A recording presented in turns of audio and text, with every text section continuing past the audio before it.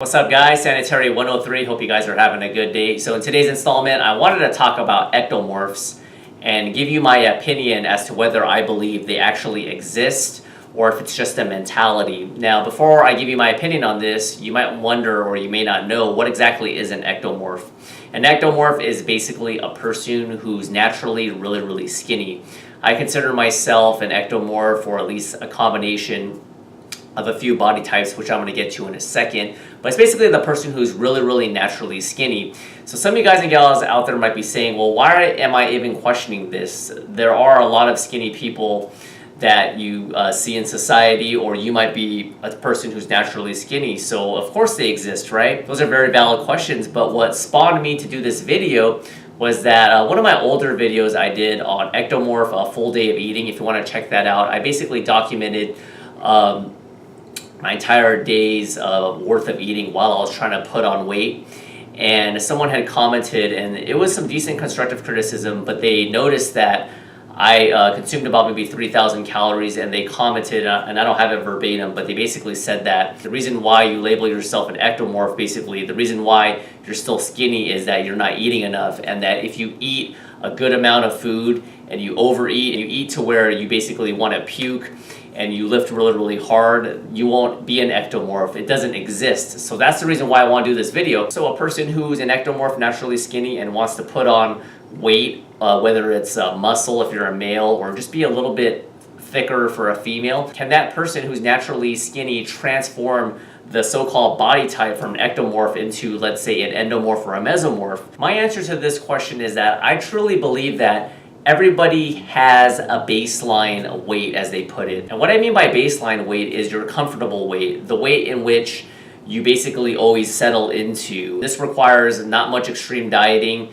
nor does it require overeating to gain weight. So I believe everybody has that. That's also kind of related to a certain default body type, which in this video we're talking about ectomorph, which is the naturally skinny person. But there's also endomorph, which is the person who naturally is a little bit pudgier and tends to put on a lot of weight. And then there's mesomorph, which is every man's dream, or every man's dream who wants to be really muscular, not too skinny, not too fat, but basically the superhuman power, who packs on a lot of muscle really fast, and is ideal for, let's say, being a physique competitor, a top physique competitor, and or bodybuilder. I did want to point out that between those three body types, it's definitely possible to be predominantly, let's say, for me, for example, I consider myself majority ectomorph, but a little bit of a mesomorph. I have a little bit pretty broad shoulders in general, so it's possible to be a combination of the three. So whichever body type you are, ectomorph, endomorph, or mesomorph, does this mean that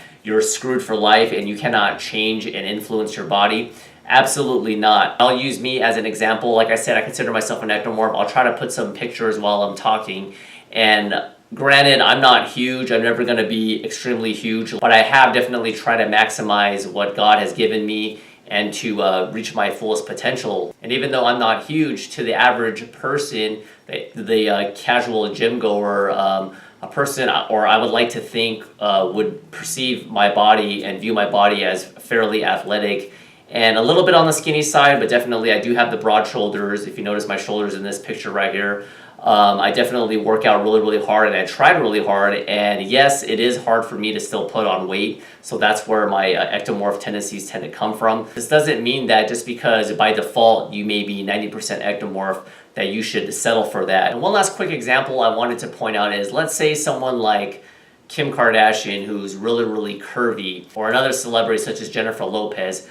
No matter how much they diet, at least in a healthy way, I don't think it's going to be possible for that person to look like a twig, to look like one of those runway models. Now, they may have to starve themselves to literally almost to death to reach that status. I'm not saying they can't do it, but it's not going to be sustainable for a long period of time. So this is just a classic example, once again, that everybody has that baseline weight. If you want to transform your body into a different body type, you can definitely still do that, but only to a certain degree because of your genetic makeup and, like I said, your baseline body type and weight. So a quick conclusion, I truly believe that ectomorphs do exist, just like endomorphs and mesomorphs, or everyone's a combination of the three body types. But this doesn't mean that you're screwed for life and you have to settle for the body type that you have, especially if you're not happy with it. You can definitely influence it with good diet, good exercise, good rest. By doing this, you can position yourself to have the best body possible. Thanks for watching this video. Comments or questions are always welcome. Subscribe to my channel for all the latest in diet, health, and fitness if you like what you see.